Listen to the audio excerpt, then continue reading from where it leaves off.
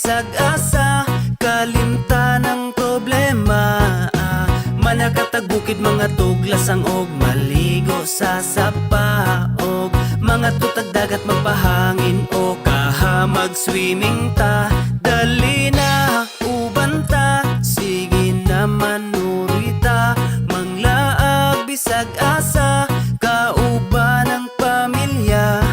Magpabukid, magkamping sa kinaiyahan, magpaduol ta, mamingwit manginaso kaha magsakay-sakay